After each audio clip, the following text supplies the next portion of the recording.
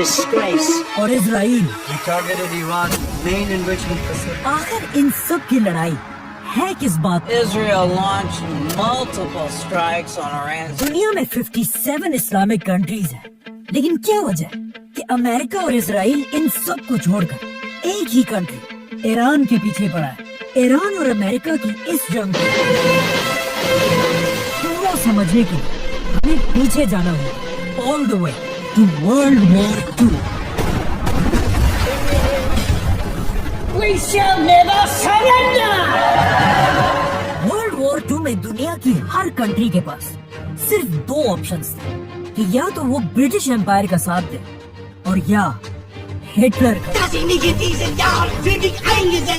جس میں دنیا کے زیادہ تر کنٹریز نے برٹش امپائر کا ساتھ دیا، لیکن اس وقت ایران کے بادشاہ نے برٹش امپائر کو چھوڑ کر ہٹلر کے ساتھ ہاتھ ملایا، جس کے بعد ایران اور جرمنی بہت ہی کلوز دوست بننے لگے، اور یہ بات برٹش امپائر کو بالکل پسند نہیں تھی۔ اسی لیے برٹن نے ہر طرف سے ایران پر حملہ کر دیا اور بہت تیزی سے پورا ایران فتح کرنے لگا۔ یہ دیکھ کر ایران کے بادشاہ نے کچھ ہی دنوں میں برٹش امپائر کے سامنے سرنڈر کر دیا اور ان سے اپنی بادشاہت بچانے کی بھیک مانگنے لگا، جس پر برٹش امپائر نے کہا ٹھیک ہے، لیکن ہماری ایک شرط ہے، تمہیں ایران کے تخت سے ہٹنا ہوگا اور اپنے 22 سال کے جوان بیٹے کو ایران کا نیا بادشاہ بنانا ہوگا، کیونکہ اس کا یہ بیٹا رضا شاہ پہلوی برٹش امپائر کا ایک وفادار پاپٹ تھا۔ ایران کا یہ نیا بادشاہ انگریزوں سے بہت زیادہ انسپائر تھا، وہ چاہتا تھا ایران کے لوگ بھی بالکل ویسٹ کی طرح کپڑے پہنے، انہی کی طرح پارٹیاں کریں اور اپنے سارے ٹریڈیشنز کو بھول جائیں۔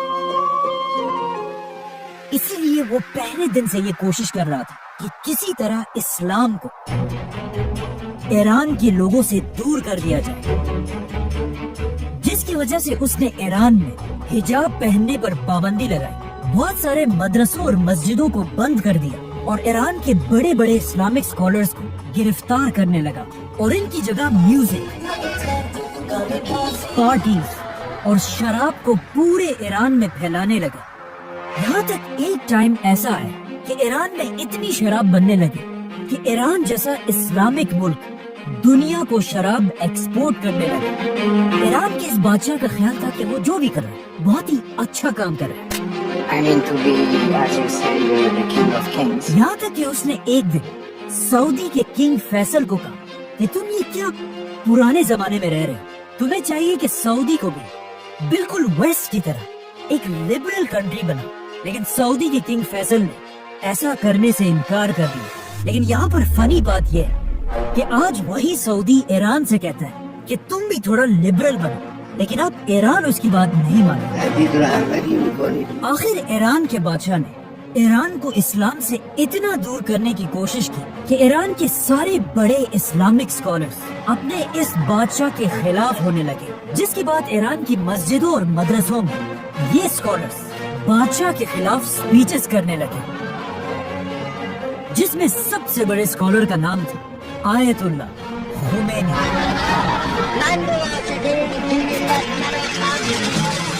خمینی اور اس کے فالوورز ایران کی عوام کو بادشاہ کے خلاف بغاوت کے لیے بھڑکانے لگے۔ آخر خمینی کی طاقت ایران میں اتنی بڑھ گئی کہ ایران کے بادشاہ نے اسے گرفتار کر کے ایران سے ہمیشہ کے لیے باہر نکال دیا، جس کے بعد امام خمینی ایران کو چھوڑ کر عراق میں رہنے لگے، جہاں ایک ینگ لیڈر اس کی ہر حرکت کو بہت غور سے نوٹ کر رہا تھا، صدام حسین۔ آہستہ آہستہ صدام حسین نے خمینی کی طاقت کو دیکھ کر اس سے ڈرنے لگا، یہاں تک کہ ایک دن اس نے ایران کے بادشاہ سے کہا کہ اگر آپ چاہتے ہیں تو میں خمینی کو سائڈ پہ کر کے اسے گولی مار دیتا ہوں، جو صدام کے لیے بہت ہی عام بات تھی اور اسے ہم پورا ایکسپلین کر چکے ہیں۔ لیکن ایران کے بادشاہ نے کہا کہ نہیں، اسے مارنے کی کوئی ضرورت نہیں، یہ بڈھا خمینی میرا کچھ بھی نہیں بگاڑ سکتا۔ امام خمینی